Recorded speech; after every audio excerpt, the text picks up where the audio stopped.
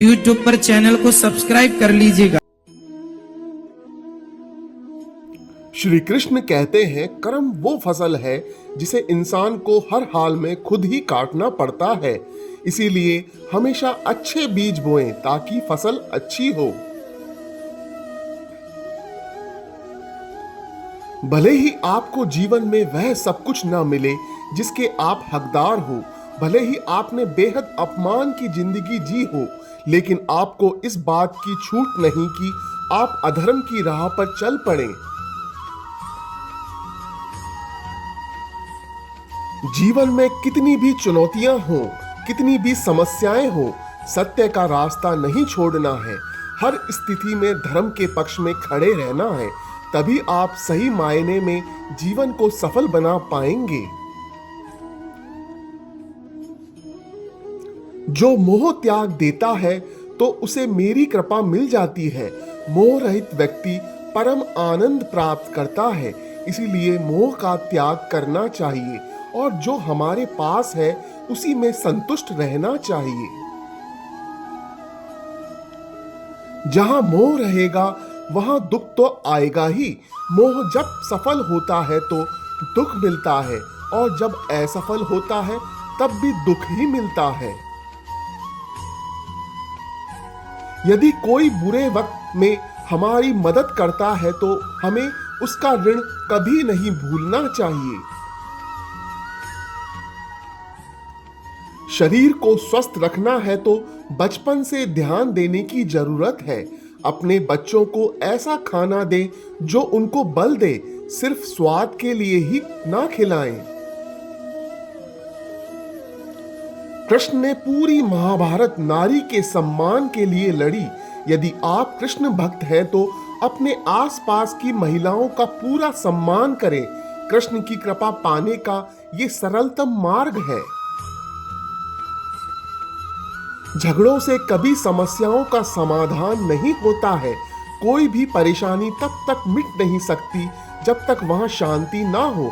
फिर चाहे वो समाज हो या हमारा खुद का मन, शांति से ही सुख मिल सकता है, साधनों से नहीं।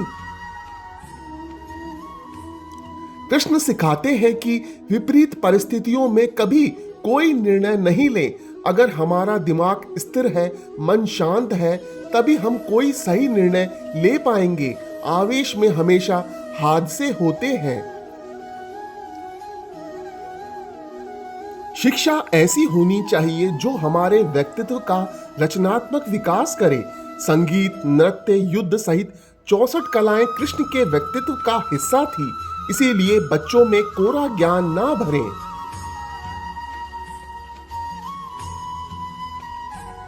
कभी भी अधूरा ज्ञान प्राप्त कर काम की शुरुआत नहीं करनी चाहिए।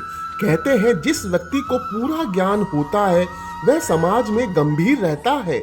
इसीलिए किसी भी काम को करने से पहले पूरी जानकारी प्राप्त कर लें। आज किसी पर भी आंख बंद करके दोस्ती ना करें। पहले सही मित्र की पहचान करें।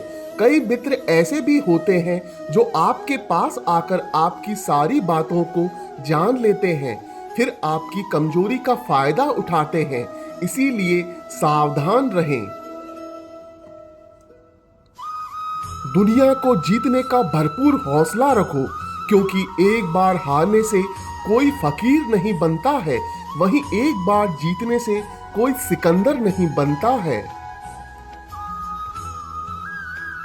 विश्वास हो तो व्यक्ति पहाड़ को हिला सकता है। इसीलिए खुद पर और भगवान पर पूरा भरोसा रखो। फिर कर्म करने में कोई कमी मत छोड़ो। नाम पैसा खुद चलकर आपके पास आएगा। अनुमान गलत हो सकता है पर अनुभव कभी गलत नहीं हो सकता है, क्योंकि अनुमान हमारे मन की कल्पना है और अनुभव हमारे जीवन की सीख है।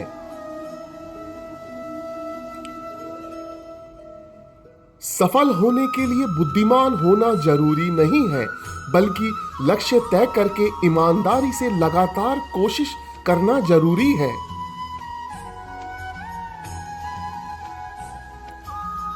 यदि कोई आपका दिल दुखाए या बुरा बोले तो उसे सबसे अच्छा जवाब देने का तरीका है चुप हो जाना। आपकी चुप्पी से बड़ा जवाब कोई नहीं होगा।